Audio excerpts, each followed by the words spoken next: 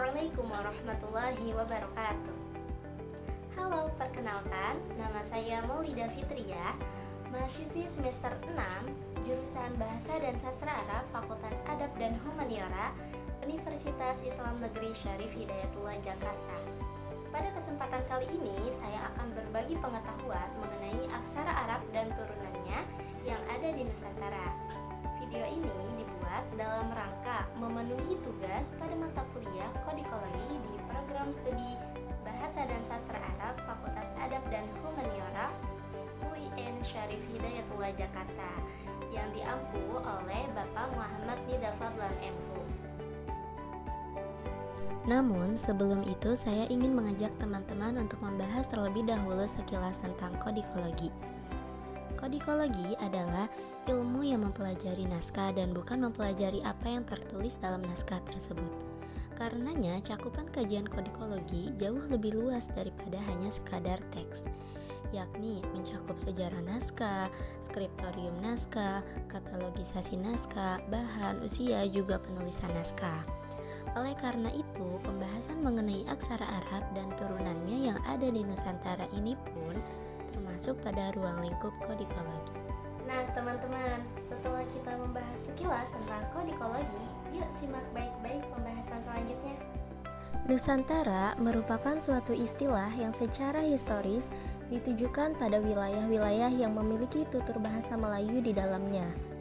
Jadi, istilah Nusantara bukan hanya merujuk pada negara Indonesia, akan tetapi meliputi Malaysia, Singapura, Mindanao atau Filipina Selatan, Thailand Selatan, Vietnam, Brunei Darussalam, dan lain sebagainya. Adapun aksara adalah lambang bunyi atau fonem. Dalam Kamus Besar Bahasa Indonesia, aksara adalah sistem tanda grafis yang digunakan manusia untuk berkomunikasi dan sedikit banyaknya mewakili ujaran. Aksara secara etimologis berasal dari bahasa Sanskerta, yaitu akar kata a yang berarti tidak dan syara yang berarti termusnahkan. Aksara adalah sesuatu yang tidak termusnahkan, kekal atau langgeng. Dikatakan sebagai sesuatu yang kekal karena peranan aksara yang sangat besar dalam mendokumentasikan dan mengabadikan suatu peristiwa dalam bentuk tulisan. Maka dengan adanya aksara, manusia dapat mengetahui alam sekitarnya tanpa mengalaminya secara nyata. Letak negara yang strategis memungkinkan Nusantara menjadi pusat persinggahan bangsa-bangsa lain, sehingga bangsa kita sangat terbuka dengan adanya keragaman dan budaya asing mudah masuk. Berkaitan dengan hal ini, dalam konteks aksara, setidaknya ada 3 peradaban besar yang memengaruhi aksara di Nusantara. Yang pertama yaitu peradaban India dengan membawa 3 aksara, yaitu Pallawa, Nagari, dan Tamil pada era prasasti. Yang kedua, peradaban Arab yang membawa aksara Arab pada era manuskrip. Dan yang ketiga, peradaban Eropa dengan aksara Latin pada era manuskrip dan cetak hingga saat ini. Akan tetapi, di video ini saya hanya akan memfokuskan pada aksara Arab dan turunannya yang ada di Nusantara. Aksara Arab masuk di Nusantara seiring dengan proses Islamisasi. Aksara Arab inilah yang menggantikan aksara sebelumnya yang digunakan masyarakat Nusantara, yaitu aksara Melayu kuno yang diperoleh dari pengaruh aksara Pallawa dari agama Hindu. Bahasa Arab yang merupakan bahasa Al-Quran diajarkan para mubalik kepada masyarakat Melayu. Pengenalan aksara Arab kepada masyarakat Melayu melalui proses yang tidak singkat.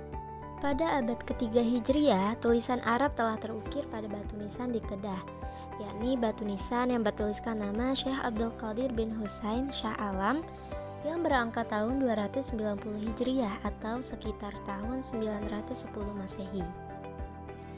Penemuan batu nisan ini menjadi bukti bahwa aksara Arab telah ada di Nusantara sejak abad ke-10 Masehi. Terdapat pula beberapa prasasti lain tertanggal abad ke-5 Hijriah yang bertuliskan aksara Arab, seperti yang ditemukan di Vietnam, Pahang, Bandar Sri Begawan, dan Brunei Darussalam. Sedangkan di Indonesia, aksara Arab ditemukan di batu nisan Fatimah binti Maimun di Leran, daerah Gresik, Jawa Timur, yang berangkat tahun 475 Hijriah atau sekitar 1082 Masehi. Batu nisan tersebut menjadi bukti kuat bahwa tulisan dan bahasa Arab telah ada di Nusantara sejak abad ke-10 Masehi. Abad ke-13 Masehi merupakan zaman kegemilangan Islam di Nusantara. Perkembangan agama Islam telah menjadikan bahasa Arab mendapat tempat di kalangan penganut agama Islam di daerah ini. Bahasa Melayu kuno yang menggunakan huruf-huruf India atau aksara Pallawa berganti menggunakan huruf-huruf Arab atau aksara Arab. Melalui tulisan dan aksara Arab Melayu inilah para pendakwah melakukan dakwah-dakwah tulisannya di Nusantara, sehingga tulisan Arab Melayu ini berkembang sedemikian rupa, baik di dunia pendidikan maupun perdagangan. Mengapa aksara Arab ditampilkan dalam bahasa lokal? Nah, teman-teman, jadi motif lain perkembangan aksara Arab Melayu ini adalah karena masyarakat lokal tidak bisa berbahasa Arab, sehingga mereka, para ulama, mengupayakan untuk menggabungkan antara bahasa lokal atau Melayu dengan bahasa Arab dalam sebuah tulisan. Upaya inilah yang dinamakan dengan vernakularisasi atau pribumisasi, yaitu proses pelokalan sebuah bahasa. Menurut Hermansyah, Samudra Pasai dianggap sebagai kerajaan Islam pertama yang melakukan vernakularisasi dan memodifikasi aksara Arab menjadi aksara Jawi pada abad ke-13 Masehi. Kemudian muncul pertanyaan, kapan sih kira-kira puncak pelokalan aksara Arab di Nusantara?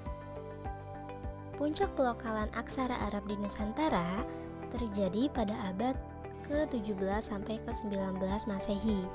Mengapa demikian? Nah, puncak vernakularisasi aksara Arab di Nusantara terjadi pada abad ke-17 sampai 19 berkat sumbangsi para ulama Nusantara yang belajar ke Haramain. Pada saat itu, para ulama Nusantara belajar agama Islam di Makkah dan Madinah, yang mana keduanya merupakan pusat ajaran agama Islam di dunia. Yang mana dalam mempelajarinya tentu menggunakan bahasa Arab. Maka ketika pulang, mereka mengarang dan menulis kitab-kitab keagamaan dari apa yang mereka dapatkan di Haramain. Atau mereka menyalin dan menerjemahkannya dari bahasa Arab ke bahasa lokal masing-masing agar dapat dipahami oleh masyarakat sekitar. Pada saat itulah vernakularisasi aksara Arab di Nusantara mencapai puncak perkembangannya. Perlu diketahui bahwa aksara Arab di Nusantara itu memiliki turunan. Adapun turunan-turunan aksara Arab di Nusantara antara lain, yang pertama, aksara Jawi. Sebagian kalangan mungkin sudah tidak asing lagi dengan kata Jawi.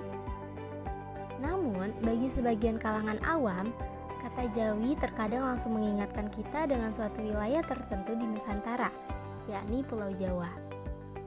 Tentu saja asumsi ini tidak tepat, sebab Jawi dalam hal ini merujuk pada wilayah tertentu di Nusantara secara keseluruhan.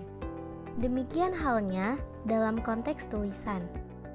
Aksara Jawi sama sekali tidak merujuk pada tulisan atau bahasa Jawa, melainkan pada tulisan Arab yang mendapat modifikasi sedemikian rupa dan digunakan untuk menuliskan beberapa bahasa daerah di Nusantara. Oleh karena itu, aksara Jawi merupakan aksara Arab yang dimodifikasi menjadi bahasa Melayu, Aceh, dan juga Minangkabau. Turunan aksara Arab selanjutnya adalah aksara Pegon. Aksara Pegon adalah aksara Arab yang dimodifikasi menjadi bahasa Sunda, Jawa, dan juga Madura. Aksara ini sudah tidak asing lagi di kalangan pesantren, khususnya dalam pembelajaran kitab kuning. Biasanya aksara Pegon dijadikan sebagai terjemahan daripada kitab kuning yang menggunakan aksara Arab gundul atau tidak berharokat. Selanjutnya ada aksara Serang yaitu aksara Arab yang dimodifikasi menjadi bahasa Bugis. Dan yang terakhir ada aksara Buriwolio, yaitu aksara Arab yang dimodifikasi menjadi bahasa Wolio Buton. Dalam pengkajian Khazanah Intelektual Muslim Nusantara, aksara Arab dan turunannya memiliki peranan yang sangat penting. Tidak hanya dalam bentuk peninggalan budaya melalui naskah-naskah Melayu yang tidak terhitung jumlahnya. Aksara Arab juga menjadi alat transfer pengetahuan dan ilmu-ilmu keislaman oleh para ulama kepada masyarakat Muslim Nusantara. Hal ini merupakan bukti bahwa masyarakat Melayu memiliki intelektual meskipun dituliskan secara sederhana, dan sekaligus menjadi bukti pula terhadap proses islamisasi di Nusantara. Naskah Melayu bukan saja memiliki suatu gambaran masa lampau, melainkan juga sumber pengetahuan yang dapat membantu dalam usaha mempelajari, mengetahui, dan mengerti akan sejarah perkembangan budaya bangsa dan dalam perkembangan ilmu pengetahuan.